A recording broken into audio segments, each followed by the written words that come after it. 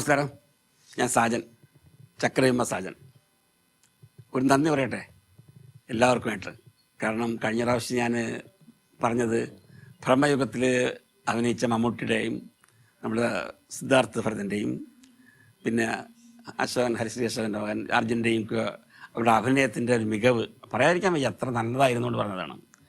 അപ്പോൾ എനിക്ക് ഒരുപാട് ആൾക്കാർ, എനിക്കിപ്പോൾ പതിവിൽ കൂടുതൽ സബ്സ്ക്രൈബേഴ്സ്, ലൈക്ക്, ആ സന്തോഷത്തിലാണ് ഞാൻ നിങ്ങളോടൊപ്പം പങ്കുവെക്കുകയാണ്.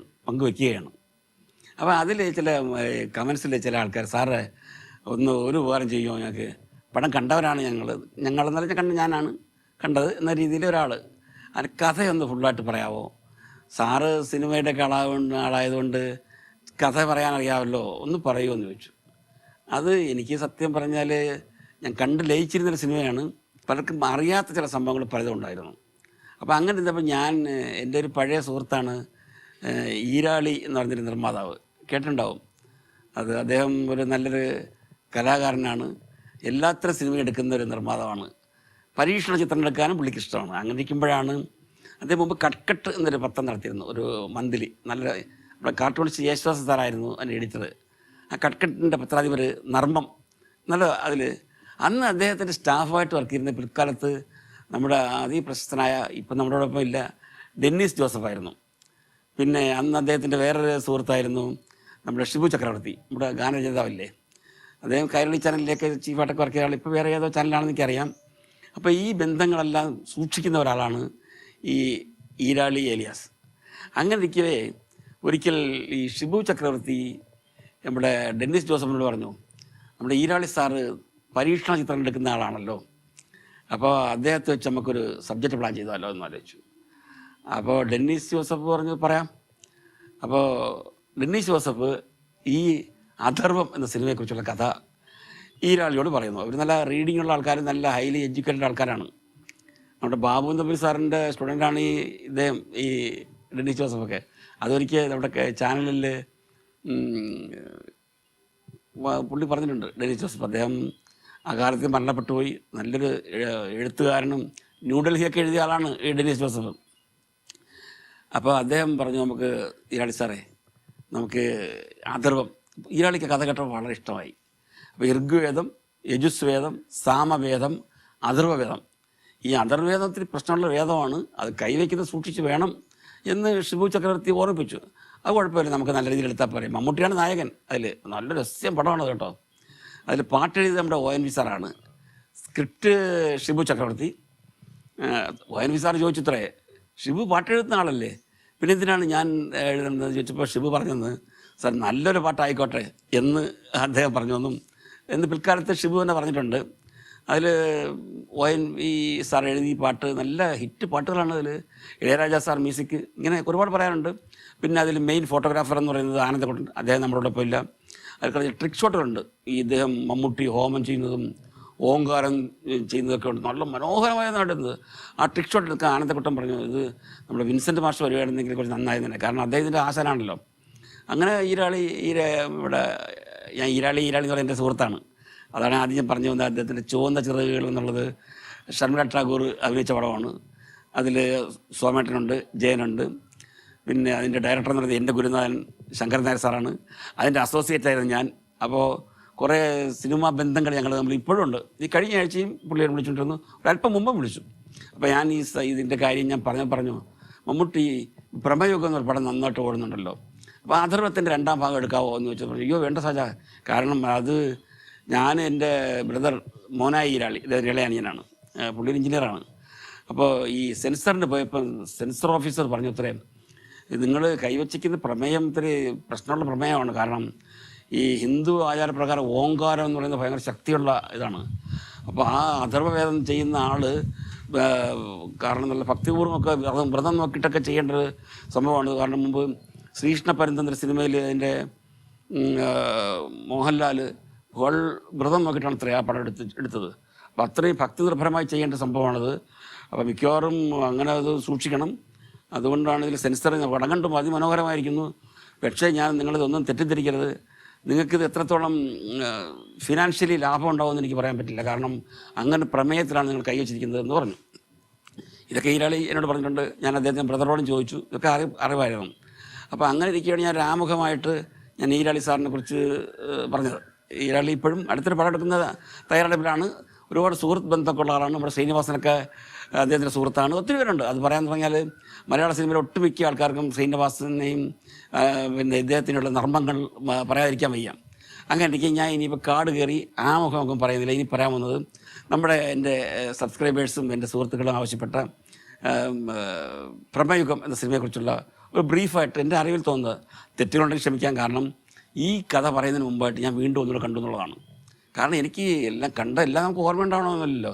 എനിക്ക് ചില സ്ഥലത്തൊക്കെ ഒരു ദുരൂഹതയൊക്കെ തോന്നി, എന്തൊക്കെയാണിത് എന്നുള്ളത് എനിക്ക് അറിയാതെ പോയി. രണ്ടാമത് ഞാൻ കണ്ടപ്പോഴാണ് സിദ്ധാർത്ഥ് ഭരതൻ ആദ്യമേ ഒന്ന് മുഖമൊക്കെ കാണിച്ച് നിൽക്കുമ്പം എന്തോ ഈ കൊടുമ്പൻ പോറ്റിയോടെ ഒരു പുള്ളിക്കാരന് ഇഷ്ടമില്ലായ്മ പോലെ കാണിക്കുന്നല്ലോ എന്നൊക്കെ എനിക്ക് തോന്നിപ്പോയി. അത് ഈ പടം മുഴുവൻ കാണുമ്പോഴാണ് നമ്മൾ എന്തുകൊണ്ടാണ് ആ ക്യാരക്ടറൈസേഷൻ ഈ ഡയറക്ടർ ഉൾക്കൊണ്ടുകൊണ്ട് സൈലൻ്റായ ഷോട്ടുകളിൽ വരെ ഇവരെ കാണിക്കുമ്പോൾ നമുക്ക് മനസ്സിലാവും ഇതിൻ്റെ പിന്നിൽ എന്തോ ഉണ്ട്. അല്ലെങ്കിൽ രണ്ടാമത് ഞാൻ കണ്ടപ്പോഴാണ് എനിക്ക് സത്യത്തിൽ ഇഷ്ടപ്പെട്ടതും. ഇനി വേണമെങ്കിലും ഒന്നുകൂടെ കാണുമെന്നുള്ള ആഗ്രഹമുണ്ട്. അത് മറ്റൊന്നുമല്ല, ഞാൻ സിനിമാ സംവിധാനം ആയതുകൊണ്ട് കുറച്ച് കൂടുതൽ ഇങ്ങനെ പടങ്ങൾ വല്ലപ്പോഴും കിട്ടുന്നതല്ലേ, കണ്ട് പഠിക്കാമല്ലോ എന്ന് കരുതിയാണ്. എല്ലാം അറിയണമെന്നില്ലല്ലോ. മമ്മൂട്ടി തന്നെ സിനിമയ്ക്ക് മുമ്പ് വരുമ്പോൾ പറഞ്ഞിരുന്നു, നിങ്ങൾക്ക് മുൻ ഒരു ധാരണയോടുകൂടി സിനിമ കാണാൻ പോകരുത്, മുൻ ധാരണയോട് സിനിമ കാണണ്ട, അങ്ങനെ കാണുക. അല്ലെങ്കിൽ ഇതൊരു ഭയപ്പെടുത്തുന്ന സിനിമയാണോ, ഒരു അങ്ങ് അല്ല ഏതെങ്കിലും രീതിയിലുള്ള സിനിമ ആയിരിക്കണം എന്നുള്ളത് ഒരു മുൻവിധിയോട് പോയി കഴിഞ്ഞാൽ നമുക്ക് ആസ്വദിക്കാൻ തോന്നില്ല എന്ന് അദ്ദേഹം പറഞ്ഞത് 100% ശരിയാണെന്ന് എനിക്ക് മനസ്സിലായി. അപ്പോൾ ഏതായാലും ഞാൻ ഈ കണ്ട ബിഗിനിങ്ങുള്ള സംഭവം എന്താണെന്ന് വെച്ചാൽ, ഒരു വലിയൊരു കാട്, രാത്രി 2 പേരങ്ങനെ നടന്നു പോകുന്നുണ്ട്. നടന്നു പോകുമ്പോഴത്തേക്ക് അതിൻ്റെ പേര് ഒന്ന് തേവനെന്നും ഒന്ന് പിന്നൊരാളുടെ പേര് കോരൻ. ഈ 2 കഥാപാത്രങ്ങളാണ്. ഒന്ന് ഈ അദ്ദേഹത്തിന് ഞാൻ മുമ്പ് സിനിമയിൽ കണ്ടിട്ടുണ്ട്, എന്തോ രാജാരി എന്താ അതിൻ്റെ പേരെനിക്ക് ശരിക്കറിയില്ല. പിന്നെയുള്ളത് നമ്മുടെ അർജുൻ അശോകനാണ്. ഇവരുണ്ട്. അദ്ദേഹത്തിൻ്റെ റോളാണ് ഈ പാട്ടുപാടി ഈ കഴിയുന്ന പാണൻ്റെയൊക്കെ.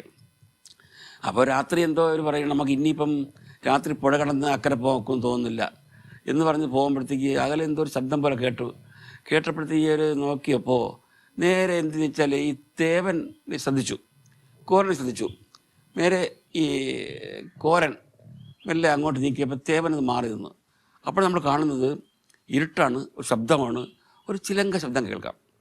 ഒരു മരത്തിൻ്റെ ഇടയിൽ നിന്ന് ഒരു സുന്ദരിയായ സ്ത്രീ ഇങ്ങനെ പ്രത്യക്ഷപ്പെടുന്നു, നല്ല പാദസരം. അപ്പോൾ അതിൻ്റെ അടുത്തേക്ക് മെല്ലെ എന്ത് ചെയ്യുന്നു വെച്ചാൽ ഈ കോരൻ അങ്ങോട്ട് ചെല്ലുകയാണ്. ഇത് തേവൻ ദൂരം കാണുമ്പോഴത്തേക്ക് യഥാർത്ഥത്തിൽ ഈ സ്ത്രീയില്ലേ, സാധാരണ ഒരു സ്ത്രീ പോലത്തെ സ്ത്രീ അല്ല, അടുത്തേക്ക് വിളിക്കുകയാണ്. അപ്പോൾ കോരൻ നേരെ അടുത്തേക്ക് വന്നു. പ്രണയബദ്ധമായ രീതിയിൽ പുള്ളിക്കാരൻ ആ സ്ത്രീയെ നോക്കുന്നു. അവൾ നേരെ ഇദ്ദേഹത്തിനെ ചുംബിക്കുന്നു. ആ ചുംബനം കുറച്ച് രൂക്ഷമാവുന്നു. അയാൾ ചുണ്ടു മുറിയുന്നു, രക്തം വന്നു. അദ്ദേഹം കഴിവതും ഈ കോരൻ പിടിപിടിക്കാൻ ശ്രമിക്കുന്നുണ്ട്. പുള്ളിക്കാരനെ മനസ്സിലായി സാധാരണ സ്ത്രീ അല്ലല്ലോ എന്നൊരു തോന്നുന്നുണ്ടായി. പുള്ളിക്കാരത്തി യക്ഷിയാണത്. യക്ഷി പിടിപിടിക്കുന്നില്ല, ബലമായി പിടിച്ച് കഴുത്ത് നല്ലതുപോലെ കടിച്ച് മുറിച്ച് രക്തം വരുന്നു. അപ്പോഴേ നമുക്ക് മനസ്സിലായി, ഇത് നമ്മൾ അല്പം ഭീതി ജനിപ്പിക്കുന്ന സിനിമയാണല്ലോ എന്ന്. നേരെ ഉണർന്നു നോക്കുമ്പോഴത്തേക്ക് ഈ തേവൻ കാണുന്നത് പരിസരത്ത് അദ്ദേഹത്തിൻ്റെ കൂട്ടുകാരനെ കാണുന്നില്ല. പിന്നെ അയാൾ ഈ കാട്ടിലായപ്പെട്ടില്ലേ, ഇങ്ങനെ രക്ഷപ്പെടണം. പിന്നെ അവിടെ നിന്ന് പുള്ളി നടന്ന് നല്ല മനോഹരമായ പ്രകൃതി ദൃശ്യമാണ്. ബ്ലാക്ക് ആൻഡ് വൈറ്റ് ആണെന്ന് പറയുന്നെങ്കിലും മനോഹരമായിട്ട് ഫോട്ടോഗ്രാഫർ എടുത്തിരിക്കുന്നുണ്ടല്ലോ. നമുക്ക് ഇതൊരു ബ്ലാക്ക് ആൻഡ് വൈറ്റ് ആണെന്ന് തോന്നുന്നില്ല. പുള്ളി അല്പം പരവശനായിട്ട് പുഴയിൽ നിന്ന് വെള്ളം കുടിച്ച ശേഷം പുള്ളി നടന്നപ്പോഴത്തേക്ക് നിബിഡമായ വനമാണ്. പുല്ലുകളങ്ങനെ വളർന്നു നിൽക്കുകയാണ്. അതിനിടയ്ക്ക് പറയുന്നൊരു ആവശ്യം വെച്ചാൽ, ഈ പുല്ലുകളൊക്കെ എടുത്തതെന്ന് വെച്ചാൽ ആർഡേറ്റർ അപാര കഴിവാണ്. പുള്ളിക്കാരൻ ഭാരതപ്പുഴയുടെ അടുത്ത് ഈ ഗ്രോ ബാഗിലേക്ക് കൊണ്ട് പുല്ലുകൾ മാസങ്ങൾ വളർത്തി, എന്നിട്ട് ഒരു വനാന്തര രീതി സൃഷ്ടിച്ചു. എന്നിട്ട് കാരണം അതൊക്കെ പുള്ളിക്കാരൻ്റെ കഴിവ് നമ്മൾ ഡയറക്ടറെയും ആർഡേറ്ററൊക്കെ പറയാതിരിക്കാൻ വയ്യ. അത്ര കഷ്ടപ്പെട്ടാണ് അവർ ചിരിക്കുന്നത്. മാത്രമല്ല ആ മനയിൽ മാസങ്ങളോളം ഈ ഗ്രോ ബാഗിൽ ഈ പുല്ല് വളർത്തി അതിൽ ജോലിക്കാരെ നിർത്തിയിരുന്ന് നനയ്ക്കാനായിട്ട് അങ്ങനെ വരച്ചിട്ടാണ് ഈ ചെയ്തിരിക്കുന്നത്. നമുക്ക് പടം കാണുമ്പോഴത്തേക്ക് ഇത് എവിടെ പോയി എടുത്തു, ഇതെങ്ങനെ എടുത്തു എന്നൊക്കെ ആലോചിച്ചു പോകും. പിന്നീടാണ് നമുക്ക് മനസ്സിലായത്, സംവിധായകൻ തന്നെ ഒരു ഇൻ്റർവ്യൂവിൽ പറഞ്ഞു, ആർട്ട് ഡയറക്ടർ അപാര കഴിവ് തന്നെയാണ്. അങ്ങനെ ഇയാൾ എന്ത് ചെയ്തു വെച്ചാൽ നടന്ന് പടിപ്പുരയൊക്കെ കടന്ന് ഒരു കാട്ടിൽ കൂടെ നടന്ന് ചെല്ലുമ്പം ഒരു പാഴടഞ്ഞ ബംഗ്ലാവ്. ഈ പാഴടഞ്ഞ ബംഗ്ലാവ് നമുക്ക് ഒരിക്കലും ഇങ്ങനെ സംഭവം എവിടെയാണെന്ന് തോന്നാത്ത രീതിയിൽ അതിപാഴളഞ്ഞ ബംഗ്ലാവ്. അപ്പോൾ ഇയാൾ അവിടെ ആരെയും മനുഷ്യവാസം കാണുന്നില്ല. ഈ കോരന് വീടെന്ന് വെച്ചാൽ കോരൻ്റെ തേവൻ ഈ പാണൻ പുള്ളി ആ വീടിന് ചുറ്റും നടന്ന് വീടിൻ്റെ പിന്നാമ്പുറത്ത് കുറേ തേങ്ങ കൊണ്ടിരിക്കുന്നു. തേങ്ങയിലെ കുരുത്ത് തേങ്ങ ഉണ്ടല്ലോ, അത് പുള്ളി അത് പൊട്ടിച്ച് കഴിക്കുന്നു. തിന്നുമ്പോഴത്തേക്ക് എന്തോ ഒരു ശബ്ദം കേൾക്കുന്നു. ആരോ ഈ 15 ബംഗ്ലാവാണ്, അവിടെ ആരെയും അന്തേവാസികളുള്ളതായിട്ടൊന്നും തോന്നില്ല. ആരാ അത് നിങ്ങളുടെ ചോദിച്ച് കുറച്ച് കഴിഞ്ഞിട്ട് പുറത്തേക്ക് വന്നപ്പോഴത്തേക്കാണ് നമ്മുടെ ആ ശബ്ദം കേട്ട ആളിനെ അറിയുന്നത്. അത് നമ്മുടെ സിദ്ധാർത്ഥ ഭരതനാണ് അഭിനയിച്ചിരിക്കുന്നത്. ഈ തേങ്ങ പൊട്ടിച്ചിരുന്ന ആൾ നമ്മുടെ അർജുന അശോകൻ, പുള്ളിയാണ് ഈ പാണൻ. അപ്പോൾ അയാൾ പറയും ഞാൻ വിശപ്പ് കൊണ്ട് കഴിച്ചിട്ടാണ്. ഓഹോ, വിശപ്പ് കൊണ്ട് കഴിച്ചാൽ ആരെയും ചോദിക്കാതെ എടുത്ത് കഴിക്കാവോ എന്ന് ചോദിക്കുന്നു. അങ്ങനെ കുറച്ച് കഴിഞ്ഞപ്പോഴത്തേക്ക് ഞാനിത് പൊക്കോളാന്ന് പറയുമ്പോഴത്തേക്ക് ആരാത് എന്താ ഘനഗംഭീരമായ ശബ്ദം നമ്മൾ കേൾക്കുന്നു. അപ്പോഴാണ് ഇനിയൊരാളല്ലോ ഉണ്ടല്ലോ ആ വീട്ടിൽ നമ്മൾ തോന്നുന്നതും. കുറച്ച് കഴിയുമ്പോഴത്തേക്ക് ഒരു വടിയുടെ ശബ്ദം കേൾക്കുന്നു, ഇടിച്ചിടിച്ച് വരും. നമ്മളിതേ കാണുന്നു.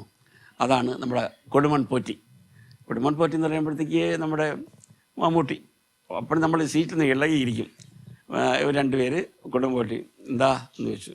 അപ്പോൾ ഈ അർജുന അശോകൻ്റെ കഥാപാത്രം ഞാനിങ്ങനെ പാട്ട് പാടി തമ്പുരാൻ്റെ മനയിൽ ഞാൻ പാട്ട് പാടുന്ന പാരമ്പര്യമായിട്ട് പാടുന്ന ആളാണ്.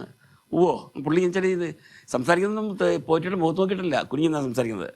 അപ്പോൾ ഇദ്ദേഹം പറയും നന്നായിരിക്കണം, ശരി. അത് ഈ ഭാഷ നമുക്ക് മനസ്സിലാവുന്നതാണെങ്കിലും ബ്രാഹ്മണിക്കൽ ഭാഷയുടെ റൈറ്റർ നല്ല മനോഹരമായിട്ട് ചെയ്തിട്ടുണ്ട്. എന്നാൽ ഇത് 17-ാം നൂറ്റാണ്ടിലെ കഥയാണ്. അവൾ 17-ാം നൂറ്റാണ്ടിലെ കഥകളുള്ള ആൾക്കാർ എങ്ങനെയാണ് സംസാരിക്കുന്നത് അതിലേക്ക് അങ്ങനെ ഡീപ്പായിട്ട് പോകാതെ മനോഹരമായിട്ട് നമ്മൾ ഈ പ്രേക്ഷകരെ ഇഷ്ടപ്പെടുന്ന രീതിയിലാണ് അദ്ദേഹത്തിൻ്റെ ഈ സംഭാഷണം. അത് കുറുക്കിക്കൊള്ളുന്ന ഭാഷ മാത്രം. പിന്നെ നമുക്ക് കണ്ടിരിക്കുമല്ലോ മമ്മൂട്ടിയുടെ ആ നോട്ടവും, മമ്മൂട്ടി ഈ മുറുക്കുന്നതൊക്കെ സ്വഭാവം കാണും. മുറുക്കാകട്ടെ മുറുക്കുന്നതൊക്കെ അപാരമാണ്. അപ്പോൾ ഇയാൾ പോറ്റി പറയുന്നു.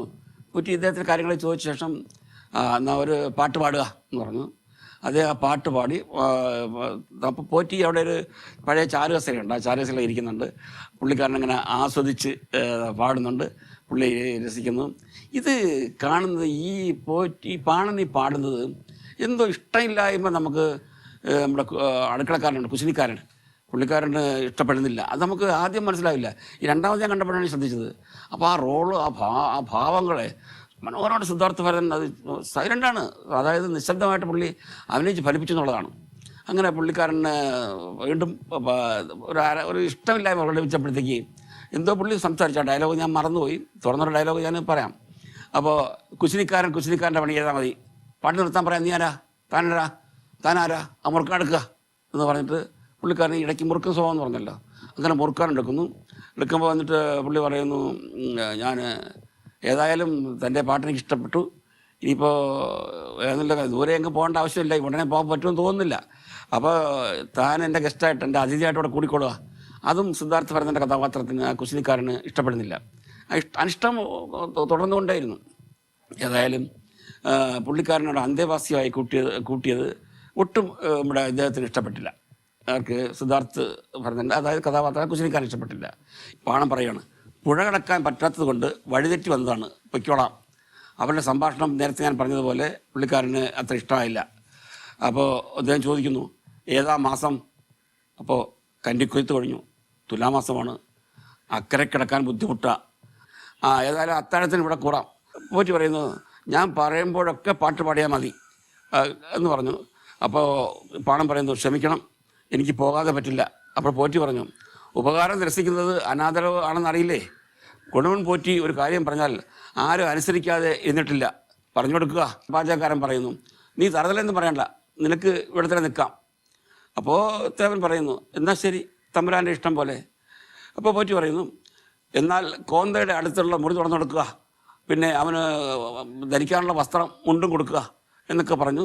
അപ്പോൾ അകത്തേക്ക് കൂട്ടി പോകുമ്പോഴത്തേക്ക് ഒരു ഭയങ്കര ഒരു ഭയപ്പെടുത്തുന്ന രീതിയിലുള്ള മുറികളാണ് അവിടെ എല്ലാം ഉള്ളത്. വാവലുകളൊക്കെ പറക്കുന്നുണ്ട്.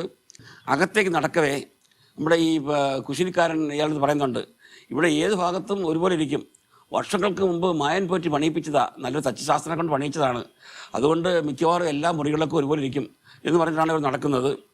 പിന്നെ ഒരു കാര്യം കൂടെ പുള്ളി ഓർമ്മിപ്പിച്ചു, ഇവിടെ സന്ധ്യയ്ക്ക് ശേഷം ഒരു പ്രാവശ്യം മാത്രമേ ഭക്ഷണം പറയുള്ളൂ, അത് ഓർത്തിരുന്നാൽ നന്ന് എന്നൊക്കെ പുള്ളിക്കാരൻ പറയുന്നുണ്ട്. പറയുന്നതിലൊക്കെ എന്തോ ഒരു ദുരൂഹത നമുക്ക് ഫീൽ ചെയ്യും. എന്താ സന്ധ്യയ്ക്ക് ശേഷം ഭക്ഷണം വിളമ്പിയാൽ എന്ത് എന്നൊക്കെ തോന്നിപ്പോകും. അത് അതിൻ്റെ പ്രത്യേകത എന്ന് വെച്ചാൽ ഈ സംവിധായകൻ നല്ല രീതിയിൽ നമ്മളെ പിടിച്ചിരുത്താനുള്ള ഒരു രീതിയാണെന്നാണ് ഞാൻ മനസ്സിലാക്കുന്നത്. നന്നായിട്ടുണ്ട് കേട്ടോ. എന്നിട്ട് ഒരു നീണ്ട ഇടവഴി കാണിച്ചുകൊണ്ട് കുശിനിക്കാരൻ പറഞ്ഞു, അത് തെക്കോട്ടുള്ള വഴിയാണ്, ഇവിടെ ആർക്കും പ്രവേശനമില്ല, ഇവിടെ എത്തിയാൽ മുമ്പോട്ട് തന്നെ നടക്കണം കേട്ടോ. എന്തപ്പോൾ പറയുമ്പോൾ അപ്പോഴത്തേക്ക് എന്തോ ഒരു ശബ്ദം കേൾക്കുന്നുണ്ട്, മുകളിലത്ത് എന്തോ ശബ്ദം കേൾക്കുന്നത്. അപ്പോൾ നമ്മുടെ പാചകക്കാരൻ പറയും, കാലങ്ങളായി പൂട്ടിക്കിടക്കുന്ന മനയാണ്, പല ശബ്ദങ്ങളും കേട്ടുവന്ന് വരും, പിന്നെ ആവശ്യമില്ലാത്ത ചോദ്യങ്ങളൊന്നും വേണ്ട കേട്ടോ എന്ന് പറയും. അപ്പോൾ പിന്നൊരു കാര്യമുണ്ട്, ഞാൻ ആദ്യമേ പറഞ്ഞു, ഈ മനയിലേക്ക് കടക്കുമ്പോൾ സൂക്ഷിക്കണം, ഓരോ സ്ഥലവും സൂക്ഷിച്ചു നടക്കണം എന്നൊക്കെ പറയുന്നുണ്ട്. ഏതായാലും ദേവൻ പറഞ്ഞു സാരമില്ല എന്ന് പറഞ്ഞു പറയും. അപ്പോൾ ഞാൻ പറയും സാരമുണ്ട്, പണ്ട് ഇവിടെ താമസിച്ചിരുന്ന ഒരാൾ തെക്കേ പുറത്തെ നിധി അന്വേഷിച്ചിറങ്ങിയതാ, പിന്നെ അയാളെ ആരും കണ്ടിട്ടില്ല, സൂക്ഷിച്ചാൽ നിനക്ക് കൊള്ളാം എന്ന് പറഞ്ഞിട്ട് പാചകക്കാരൻ അവിടെ കൊണ്ട് പോയി. പിന്നെ തേവൻ എന്നെല്ലാം മനയിൽ നല്ലൊരു കുളമുണ്ട്, പഴയ കാലത്തുള്ള ഈ താഴ്ചിട്ട കുളമുണ്ടല്ലോ, ഈ പഴയ അന്തർജനങ്ങളൊക്കെ കുളിക്കുന്ന രീതിയിലുള്ള കുളങ്ങൾ ഇപ്പോഴും വളരെ കുറവാണ്, നമ്മുടെ ഒറ്റപ്പുറത്തൊക്കെ ഉള്ള കുളം. കുളി കഴിഞ്ഞിട്ട് വന്ന തേവൻ്റെ അവിടെ പോറ്റിയുടെ മുമ്പിൽ പാടി പോറ്റി ആ പാട്ടങ്ങനെ ആസ്വദിച്ചിരുന്ന് ഉറങ്ങിപ്പോയി. എന്നിട്ട് അദ്ദേഹം പറഞ്ഞു, ഏതായാലും അതിഥിക്ക് മുമ്പിൽ ഞാൻ കാണിച്ച മര്യാദകളായിപ്പോയി, ശരിക്കാ ഇയാൾ ഭക്ഷണം കഴിക്കുന്നത് കഴിഞ്ഞിട്ട് കഞ്ഞിയാണേ ആർത്തിയോടെ കുടിക്കുന്ന കണ്ട് പറഞ്ഞാൽ കുടിച്ചോളൂ, വയറ് നിറച്ച് ഭക്ഷണം കഴിച്ചോളൂ. അപ്പോൾ ഇയാൾ പറയുന്നുണ്ട്, കുറച്ച് നാളായിട്ട് ഞാൻ ഭക്ഷണം കഴിച്ചിട്ടില്ല, അത്ര ആർത്തി കാണിക്കുന്നതൊക്കെ ഭയങ്കര രസമായിട്ടാണ് കാണിച്ചിരിക്കുന്നത്. അപ്പോൾ അദ്ദേഹം കുറച്ച് ഞാൻ ഒരു പാട്ട് കൂടി പാടട്ടെ, വേണ്ട എന്നർത്ഥത്തിൽ പോറ്റി കൈകൊണ്ട് അങ്ങ് കാണിച്ചു. അപ്പോൾ പിന്നീട് പിറ്റേ ദിവസം നമ്മുടെ ഒരു പ്രഭാതകൃത്യത്തിനായിട്ട് നമ്മുടെ പാണൻ നേരെ ഈ കാട്ടിലേക്ക് ഇറങ്ങി പോവുകയാണ്, പകലാണ്. അപ്പോൾ അദ്ദേഹം കാണുന്നത് കുറേ ശവക്കുഴികളാണ്. അതെന്താണെന്നതിനെ കുറിച്ചൊക്കെ നമ്മുടെ ഇദ്ദേഹത്തിനോട് അന്വേഷിക്കും. പുള്ളി പറയും, നീ കൂടുതൽ കാര്യങ്ങൾ ചോദിക്കേണ്ട ആവശ്യമില്ല, അത് പലരെയും അടക്കിയത് ഞാൻ തന്നെയാണ് അവിടെ കുഴിച്ചിട്ടുന്നത്. അപ്പം പുള്ളിക്കാരന് ഭയമായി തുടങ്ങി. അങ്ങനെ എനിക്ക് പിന്നീട് ഇദ്ദേഹത്തിൻ്റെ വേറൊരു ദിവസം കാണുന്നത്, അപ്പോൾ രാത്രി കാലങ്ങൾ നോക്കിയപ്പോൾ രാത്രി എന്തോ മുകളിൽ ശബ്ദം കേട്ടിട്ട് മുകളിൽ കയറി ചെല്ലുകയാണ്. കാരണം ഇതിന് മുമ്പ് ആർക്ക് ഭക്ഷണം കൊടുക്കാൻ വേണ്ടിയിട്ട് പോകുന്നത് പുള്ളി കണ്ടിരുന്നു. അങ്ങനെ ഇദ്ദേഹം മുകളിൽ പോയി നമ്മുടെ പാണൻ ചെന്നപ്പോൾ പലത്തും പോകരുതെന്ന് പറഞ്ഞിട്ടുണ്ട്. അയാൾ കാല് തട്ടിട്ട് കഞ്ഞി മറിഞ്ഞു കുറച്ച് കഴിഞ്ഞ് നോക്കിയപ്പോൾ കാലിൽ എന്തോ ഒരു ചങ്ങല ചുറ്റി കിടക്കുന്നതാണ്. അങ്ങനെ പിന്നെയുള്ളത് ഉണർന്ന് നോക്കുമ്പം നമ്മുടെ പോറ്റി ഉമ്മറത്തെന്നിട്ട് പകട കളിക്കുകയാണ്. അപ്പോൾ പകട കളിക്കാൻ പുള്ളിക്ക് അറിയാമെന്ന് പറയുന്നു, കൂടുന്നു. അപ്പോൾ പുള്ളി പറയുന്നു, പിന്നെ പകട കളിക്കുന്ന മുമ്പായിട്ട് തോറ്റുപോയാൽ എന്തെങ്കിലും സമ്മാനം കൊടുക്കണം. അപ്പോൾ ഇയാൾ പറയുന്നു, എൻ്റെ സമ്മാനം തന്നെ ഒന്നുമില്ലല്ലോ. അപ്പോൾ പുള്ളി പറയുന്നു, അതിനുണ്ടല്ലോ നിനക്ക് എന്ന രീതിയിൽ നമ്മൾ കൂടുതൽ വിശദമായിട്ട് പറയുന്നില്ല. അങ്ങനെ കളിക്കുന്നു. കളിയിൽ പകട വീണത് മിക്കവാറും അദ്ദേഹം ഒരു വാക്ക് പറഞ്ഞു, ജയിച്ചാൽ തനിക്ക് ഇവിടുന്ന് പോകാം, തോറ്റാൽ താൻ ഇവിടെ കൂടണം. പക്ഷേ ആ കളിയിൽ പകടം മറിഞ്ഞാണ് വീണത്. ഇദ്ദേഹത്തിൻ്റെ മന്ത്രശക്തി കൊണ്ട് ഈ പോറ്റിക്ക് അനുകൂലമാക്കിയിട്ട് മാറ്റിയിട്ട് പറഞ്ഞാൽ ഇനിയിപ്പോൾ ഇവിടുന്ന് പോകാൻ പറ്റത്തില്ല ഇവിടെ. അങ്ങനെ ഏതായാലും അവിടെ കൂടെ കൂടുന്നു. അങ്ങനെ കുശിനിലേക്ക് പോകുമ്പോഴത്തേക്ക് പോറ്റിയുടെ ചില ഈ അസ്വാഭാവിക പെരുമാറ്റത്തെക്കുറിച്ചൊക്കെ കുശിനിക്കാരൻ ചോദിക്കുമ്പോൾ പുള്ളി പറയും, അയാൾ ആരെന്നറിയാവോ, ഒരുപാട് പറയാനുണ്ട്, ഇത് ഇരിക്കുന്ന ആൾ സാധാരണ ആളല്ല, മഹാകള്ളനാ എന്നൊക്കെ പറയും. ഇത് ഒരു ദിവസം ഈ പറഞ്ഞു കേട്ടിട്ട് ഇവിടെ പോറ്റി ചോദിക്കും, കുശിനിക്കാരൻ തന്നോട് എന്താ പറഞ്ഞേ? പറയും, ഒന്നും പറഞ്ഞില്ല എന്നല്ല, അവൻ പറഞ്ഞോ എനിക്കറിയാം, ഇങ്ങനെയൊക്കെ ചോദിച്ചിട്ടൊക്കെയാണ്. അപ്പോൾ ദുരൂഹത പറഞ്ഞ ആളാണെന്ന് നമ്മൾ ഇദ്ദേഹത്തെ മനസ്സിലാക്കിക്കും. അപ്പോൾ ഇനിയിപ്പോൾ ഏതായാലും പുള്ളിക്കാരനെന്ന് വെച്ചാൽ എനിക്ക് ഇവിടുന്ന് പോകണം എന്നായി. പുള്ളി പറഞ്ഞ് പോകാൻ പറ്റില്ലല്ലോ, എന്താണെന്ന് ചോദിക്കുമ്പോഴത്തേക്ക് മഴയല്ലേ. അപ്പോഴത്തേക്ക് നോക്കിയപ്പോഴത്തേക്ക് ഭയങ്കര മഴ, കോരിച്ചൊരിയുന്ന മഴ, ഇടിവെട്ടുന്ന മഴ, പോകാൻ പറ്റുന്നില്ല. പിന്നെ ദിവസങ്ങൾ കഴിയുന്നു, മാസങ്ങൾ കഴിയുന്നു. ഒരു ദിവസം ഇയാൾ പറയുകയാണ്, ഇയാൾ അമ്മയുടെ പേരൊക്കെ പറയുമായിരുന്നു, അമ്മയുടെ പേരൊക്കെ മറന്നുപോയി. കുശിനിക്കാരൻ ചോദിക്കും, അവിടെ എത്ര ദിവസമായെന്ന് അറിയാമോ, എത്ര മാസങ്ങളായെന്നറിയാമോ? അപ്പം ഒരുപാട് ദിവസങ്ങൾ കഴിയും. തൻ്റെ അമ്മയുടെ പേരറിയാമോ, തൻ്റെ പേരറിയാമോ എന്ന് ചോദിക്കുമ്പോഴത്തേക്ക് മനസ്സിലാവും ഇവൻ ഇവിടെ പെട്ടിരിക്കുന്നു. പിന്നെ ഇവർക്ക് ഇവിടുന്ന് രക്ഷപ്പെടണം എന്നുള്ള രീതിയിൽ അങ്ങനെ ചിന്തിച്ച് പോകുമ്പോഴാണ് ഒരു ദിവസം ഇവരുടെ പെരുമാറ്റങ്ങളൊക്കെ പല രീതിയിലായപ്പോഴത്തേക്ക് ഇദ്ദേഹത്തിൻ്റെ യഥാർത്ഥ സംഭവം ആരാണെന്ന് ഈ ഫ്ലാഷ് ബാക്ക് രീതിയിൽ ഇയാൾ പറയുന്നത്. ഈ കുശിനിക്കാരൻ നമ്മുടെ അർജുന അശോകൻ്റെ കഥാപാത്രത്തിൽ പറയും. അതായത് ഇദ്ദേഹം ഇന്നിപ്പോൾ ഉള്ള ആൾ ഇദ്ദേഹം യഥാർത്ഥ പോറ്റിയല്ല, അദ്ദേഹത്തിൻ്റെ ദേഹത്ത് കൂടിയിരിക്കുന്നത് ചാത്തനാണ്. മനുഷ്യക്കോലം കൊണ്ട ഒരു ആരും അനുസരിക്കാത്ത എന്നാൽ ഉപദ്രവിക്കാൻ വന്ന ചാത്തനാണ്. കാരണം യഥാർത്ഥ ആളിനെ കാണണോ എന്ന് വെച്ചാൽ ഇയാൾ മുകളിൽ കൊണ്ട് കാണിക്കുമ്പോഴത്തേക്ക് നമ്മുടെ മമ്മൂട്ടിയുടെ കഥാപാത്രം ഇല്ലേ, ഇവിടെ സംസാരിക്കുന്ന ഇദ്ദേഹത്തിൻ്റെ കഥാപാത്രം നമ്മൾ മുകളിൽ കിടക്കുന്നത് കാണാം. അപ്പോൾ അയാൾ ചോദിക്കുന്നത് താഴെ ഇരിക്കുന്ന ഇതാണ് യഥാർത്ഥത്തിലുള്ള കൊടുമൺ പോറ്റി. ഇദ്ദേഹത്തിൽ നിന്ന് ചതിച്ച് അദ്ദേഹത്തിൻ്റെ മന്ത്രമെല്ലാം ആവാഹിച്ചെടുത്തിരിക്കുന്ന ദുഷ്ട കഥാപാത്രമാണ് ഇന്ന് നീ കാണുന്ന ആ കൊടുമൺ പോറ്റി എന്നിട്ട് തോന്നുന്ന ചാത്തൻ, പക്ക ചാത്തനാണ് എന്നൊക്കെ പറഞ്ഞിട്ട് അപ്പോൾ നമ്മളെന്നൊക്കെ അത്ഭുതം തോന്നും. കാരണം ഇങ്ങനെയാണല്ലോ ഈ പ്രകൃതം. അപ്പോഴത്തേക്കാണ് ഇതിനിടയിൽ മുമ്പ് ഒരു സീനിലുണ്ട്, ഈ ആഹാരം കഴിക്കുന്ന ചിക്കൻ്റെ കാലൊക്കെ കടിച്ചു പൊടിക്കുന്നതൊക്കെ, ചിക്കനൊക്കെ കറുത്ത ഒരു കരികോഴിയൊക്കെ ഈ കുശിനിക്കാരൻ പിടിച്ചുകൊണ്ട് പോയി കാച്ചിൽ വെട്ടിയിട്ടിട്ട് പ്രാകൃതമായ രീതിയിൽ ആ കുശിനി മഹാവൃത്തിയുടെ കുശിനിയാണ്. അപ്പോൾ അവിടെ അങ്ങനെ ആ കഥയ്ക്ക് ആവശ്യമാണ്. വെട്ടി പുഴുങ്ങിയൊക്കെ കൊടുക്കുന്ന അതൊക്കെ കടിച്ച് പരിക്കുന്നുണ്ടെങ്കിൽ സാധാരണ മനുഷ്യനല്ല നമുക്കപ്പോൾ മനസ്സിലാവും.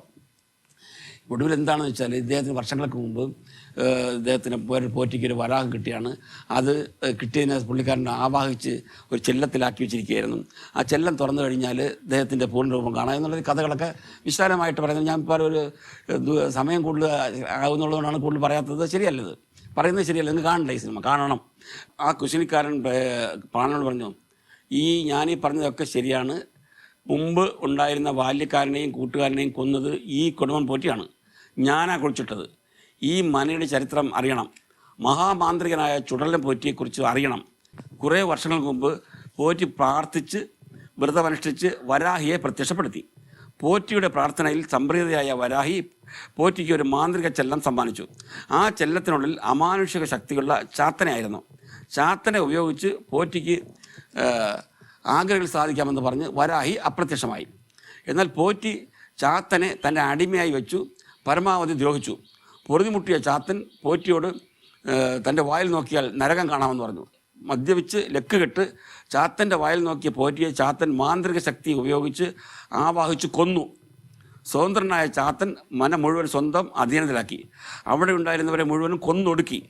മഹാശക്തിയുള്ള പല മാന്ത്രികർക്കും കുട്ടിച്ചാത്തൻ തളയ്ക്കാനായില്ല. അവസാനത്തെ താന്ത്രികനായ കൊടുമൺ പോറ്റി ചാത്തനെ തളയ്ക്കാനെത്തി. രാത്രി കാലങ്ങളിൽ പുറത്തിറങ്ങി നടന്നാൽ നിന്റെ കുഴിയും ഞാൻ തോണ്ടി വരും, അതുകൊണ്ട് നീ ഓർത്താൽ നല്ലത് എന്ന് വീണ്ടും ഇടയ്ക്ക് നമ്മുടെ കുശിനിക്കാരൻ പാണ് ഓർമ്മിക്കുന്നുണ്ട്. ആ സമയത്ത് പോറ്റി ഒരു കരത്തിൽ നിന്നും എന്തോ ഒരു പൊടിയെടുത്ത് ദേഹത്ത് തേക്കുന്നു. അപ്പോഴേക്കും നാം ആദ്യം കണ്ട യക്ഷി പറമ്പിലൂടെ നടന്ന് മനയിലെത്തി. പോറ്റിയും യക്ഷിയും കെട്ടിപ്പിടിക്കുന്നു. അവർ ബന്ധത്തിന് ഇടം കുറിക്കുന്നു. അതേസമയം യക്ഷിയും പിന്നാലെ വന്ന പാണൻ ഇതെല്ലാം കാണുന്നുണ്ടായിരുന്നു. അയാൾ യക്ഷിയെയും കാണുന്നു. തന്നെ യക്ഷി കണ്ടുവെന്നറിഞ്ഞ പാണൻ ജീവനം കൊണ്ട് ഓടി തൻ്റെ മുറിയിലെത്തുന്നു. പുലർച്ചെ ഉണർന്ന പാണൻ പൂമുഖത്തിരിക്കുന്ന പോറ്റിയെ കാണുന്നു. അപ്പോൾ ഇങ്ങനെ കഥ പോവുകയാണ്. അതുകൊണ്ട് വീണ്ടും ഇനിയുള്ള സംഭവങ്ങൾ എന്താ വെച്ചാൽ നമ്മൾ ശ്വാസം അടക്കിപ്പിടിച്ച് കാണേണ്ട സംഭവങ്ങളാണ് ഇനിയെല്ലാം.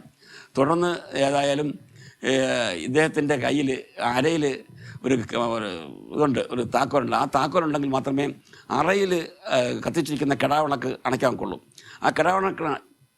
ആ കിടാവിളക്ക് അണഞ്ഞാൽ മാത്രമേ നമുക്ക് ചാത്തനെ രക്ഷപ്പെടാൻ പറ്റുള്ളൂ എന്ന് പറഞ്ഞിട്ട് ആ താക്കോൽ എവിടെയെന്ന് ചോദിച്ചപ്പോഴത്തേക്ക് ഇദ്ദേഹം പറഞ്ഞു, കുശിനിക്കാരൻ പറഞ്ഞു, അത് ഞാൻ അടക്കിയ ചില ശവശരീരത്തിനടുത്ത് പോയിട്ടുണ്ടാവാം, അല്ലെങ്കിൽ തുരുമ്പ് പിടിച്ചെവിടെ കിടപ്പുണ്ടായിരിക്കും. ഇല്ല, ഞാൻ കണ്ടുപിടിക്കും, അതിന് വഴിയുണ്ട് എന്ന് പറഞ്ഞിട്ട് ഇവർ പ്ലാൻ ചെയ്തുകൊണ്ട് സമൃദ്ധമായൊരു ആഹാരമൊക്കെ പാചകം ചെയ്തിട്ട് പോറ്റിയെ കൊണ്ട് കഴിപ്പിക്കാൻ ശ്രമിക്കുന്നു. പക്ഷേ ഇതിനിടയിൽ പോറ്റി കാര്യങ്ങൾ മനസ്സിലാക്കുന്നു. അതിൽ നമ്മുടെ കുശിനിക്കാരൻ്റെ കഴുത്ത് കുത്തിപ്പിടിച്ചിട്ട് അവർ ഉപദ്രവിക്കാൻ ശ്രമിക്കുന്നു. ഞാൻ അനുസരിച്ച് നിന്നോളാം എന്ന് പറയുന്നു. ഈ സമയം നോക്കിയിട്ട് എന്ത് ചോദിച്ചാൽ അത് നമ്മൾ പിന്നീട് മനസ്സിലാവുള്ളൂ. ഈ അരയിൽ നിന്ന് ചാവി താക്കോല് നമ്മുടെ കുശിനിക്കാരൻ കൈക്കലാക്കുന്നു. പിന്നീടത് ഈ വേറെ ചില സംഭാഷണങ്ങളിലൂടെ ചാത്തനും പാണനും തമ്മിൽ ഒരു സംഘടന ഉണ്ടാകുന്നു. ഒടുവിൽ ഇത് ശരിക്കും ചാത്തൻ തളയ്ക്കപ്പെടുന്നു. ചാത്തൻ തളയ്ക്കെടുത്തു. ചാത്തനെ ഇയാൾ കത്തി കൊണ്ട് ആഞ്ഞു കുത്തും പിടലി എന്നിട്ട് അതിനുശേഷം പുള്ളിയെ ഒരുപാട് വേറെ വീണ്ടും ഉപദ്രവിക്കും. അങ്ങനെ ഒടുവിൽ ചാത്തൻ യഥാർത്ഥ ഈ ദേഹം വെടിഞ്ഞ് പോറ്റിയുടെ ദേഹം വെടിഞ്ഞ് ചാത്തനായിട്ട് മാറും. ആ ചാത്തൻ്റെ ഷോട്ടൊക്കെ എടുത്തിട്ട് മനോഹരമായിരിക്കുന്നു. അങ്ങനെ ഏതായാലും ഇവിടുന്ന്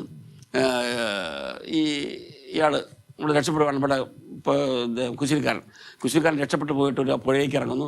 പുഴ നടുക്കെത്തിയിട്ട് എന്തോ അക്കരെ എന്തോ ശബ്ദം കണ്ട് പുള്ളിക്കാരൻ ഒരു വലിയ കല്ലെടുത്ത് ആഞ്ഞ് എറിയുന്നു. അത് കൊള്ളുന്ന സ്ഥലത്ത് നമുക്ക് അത് ഞങ്ങൾക്ക് സസ്പെൻസ് പറയുന്നില്ല. ഏതായാലും പുള്ളിയെ തിരിച്ചുള്ള ഒരു ആക്രമത്താൽ അത് എന്താണെന്ന് ഞാൻ പറയുന്നില്ല, നിങ്ങൾ കാണണം. പുള്ളിക്കാരൻ ഏതായാലും മരിച്ചു വീഴുന്നു, പുഴയിലൊടുക്കി ഒഴുകി പോകുന്നു. കുറച്ച് കഴിയുമ്പോൾ നമ്മൾ പാണൻ്റെ ഇതിലൊരു മൽപ്പിടത്തിൽ പറയുക, നിന്നെ ഇട്ടോട്ട് നമുക്ക് കടുക്കൻ വലത്തേക്ക് ചെവിയുടെ ഇടത്തേക്ക് ചെവിയിലായില്ലേ എന്ന് പറയുമ്പോൾ നമുക്ക് എന്താണ് സസ്പെൻസ് തോന്നും. അതായത് പുള്ളിക്കാരന് ചാത്തനായി മാറിക്കഴിഞ്ഞുള്ളതായിരിക്കാം അദ്ദേഹം മനസ്സിലാക്കിയിരിക്കുന്നത് നമുക്ക് തോന്നും. അങ്ങനെ ഏതായാലും അങ്ങനെ തിരിച്ച് ആ പുഴയുടെ അടുത്തേക്ക് എത്തി. അപ്പോഴത്തേക്ക് നമ്മുടെ ചാത്തൻ്റെ ശക്തി കുറഞ്ഞു പോയി. പിന്നീട് നമ്മുടെ കുശിനിക്കാരൻ നദിയിലേക്ക് ഒഴുകിപ്പോയി. പാണൻ അവസാനം ഒരു ചെറിയ ചാത്തൻ രീതിയിൽ അട്ടഹസിക്കുന്ന ശബ്ദം. അപ്പോൾ ഇത്രയും കൂടെയാണ് ഞാൻ പറഞ്ഞ് ഒപ്പിക്കുന്നത്. ഇതാണ് നിങ്ങൾക്ക് മനസ്സിലായി കാണുമെന്ന് വിചാരിക്കുന്നു. അങ്ങനെയാണ് ഈ പടത്തിൻ്റെ അവസാനം. ഏതായാലും നല്ലൊരു സിനിമ നിങ്ങൾക്ക് 2 മണിക്കൂർ കൂടുതലുണ്ട് കണ്ടിരിക്കാം. എൻ്റെ സുഹൃത്തുക്കളുടെ അപേക്ഷ പ്രകാരം ഞാൻ പരത്തി പറയാതെ ഇത്രയും ഒതുക്കി. ഇനി എന്നെ കൊണ്ട് പറയിപ്പിക്കരുത്, കാരണം നിങ്ങൾ കാണണം തീർച്ചയായിട്ടും. ഓക്കെ, വീണ്ടും നിങ്ങൾക്ക് നന്ദി, നമസ്കാരം. എൻ്റെ സബ്സ്ക്രൈബേഴ്സിനെല്ലാം ഒരിക്കൽ കൂടി നന്ദി. ലൈക്ക് ചെയ്യാനും കൂടെ ഓർമ്മിപ്പിക്കുന്നു. നന്ദി, നമസ്കാരം.